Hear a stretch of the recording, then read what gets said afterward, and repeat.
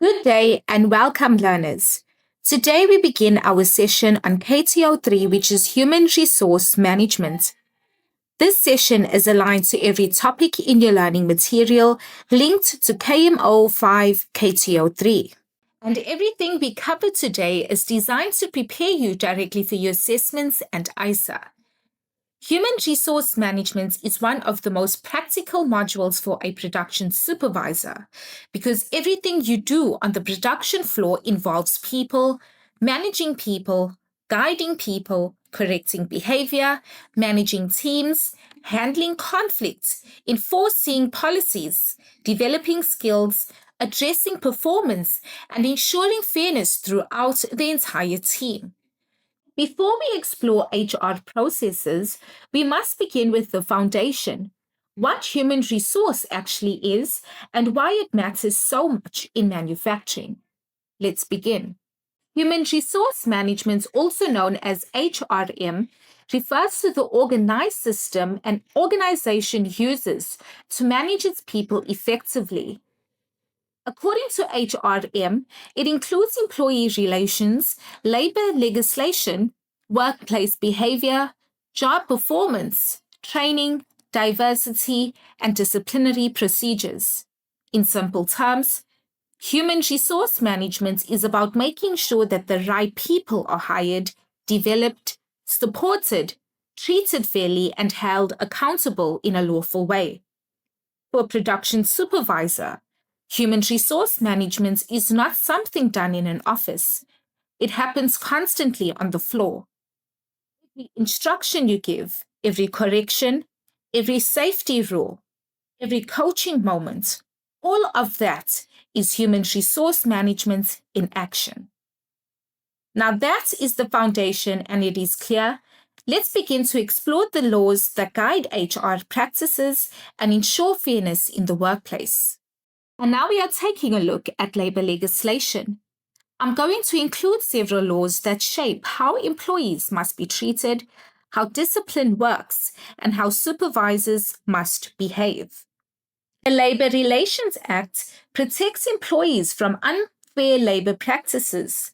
It includes dismissals, disciplinary procedures, organized labor and unions, and dispute resolution. An example for production supervisors is if an operator continuously refuses to follow an SOP, the Labor Relations Act requires a fair, progressive disciplinary process. And now we're taking a look at the basic conditions of the Employment Act. The law governs 1. Working hours, 2. Overtime, 3. Breaks and rest periods, 4. Leave, and 5. Employment conditions. An example includes if a supervisor forces staff to work overtime without consent or pay, that violates the BCEA. And lastly, the Employment Equity Act, known as the EEA. This law aims to remove unfair discrimination and promote diversity. An example includes during recruitment, you cannot prefer one candidate over the other because of race, gender, age, or personal feelings. The Occupational Health and Safety Act ensures the workplace is safe. A supervisor, you must enforce 1. The PPE, 2. Machine safety, 3. Hazard reporting, and 4. Incident documentation. With the laws understood, let's explore the workplace behavior and job performance expectations. We are now looking at work standards and conduct. It is important to remember that employees have several duties in the workplace. For example, 1. Maintain safe and healthy working conditions. 2. Obey lawful and reasonable instructions. 3. Perform their duties with reasonable efficiency. 4. Behave respectfully and professionally. 5. Act honestly and avoid misconduct. And 6. Protect the employer's business interests. Example: If an operator is constantly late, rude, or careless, this affects the entire line's performance and must be addressed through coaching or disciplinary action. Now let's move into workforce planning, recruitment and selection, key HR functions you will often be involved in. Let's take a look. Recruitment is the process of attracting the suitable candidates. Selection is the process of choosing the right person for the job. Remember, 1. Job profiles. 2. Job descriptions. 3. Interviews. 4. Competency evaluations. 5. Reference checks. And 6. Selection committees.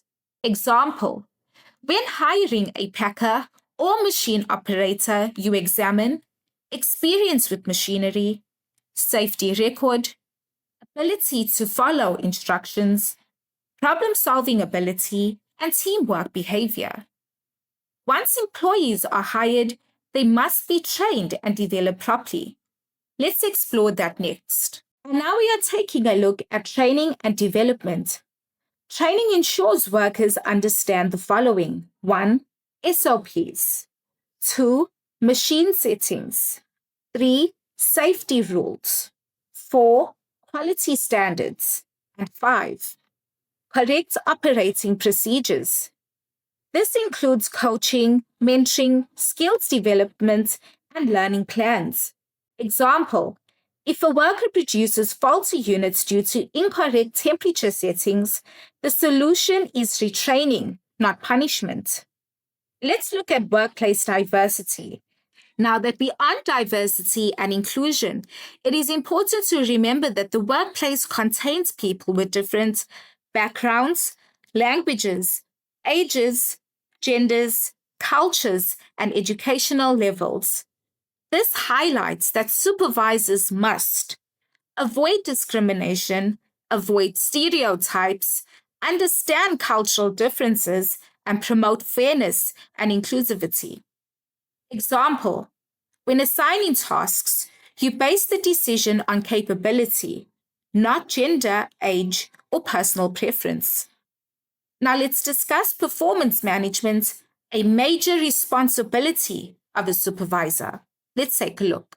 Performance management includes 1. Setting daily production expectations. 2.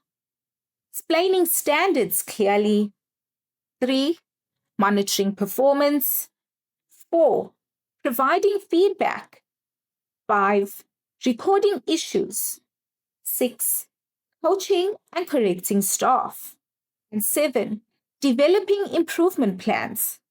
Example: if an operator consistently misses production targets, you do not immediately discipline them.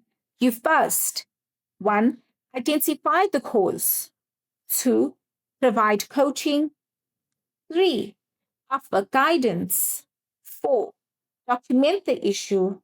And 5. Implement performance improvement. Sometimes behavior does not improve and discipline is required. Let's explore that next. We are going to outline a fair progressive disciplinary system. 1. Verbal warning. 2. Written warning. 3. Final warning. And 4. Dismissal for repeated or serious offenses. Supervisors must follow: 1. Correct documentation. 2. Fair investigation. 3. Evidence collection. And 4. Procedural fairness.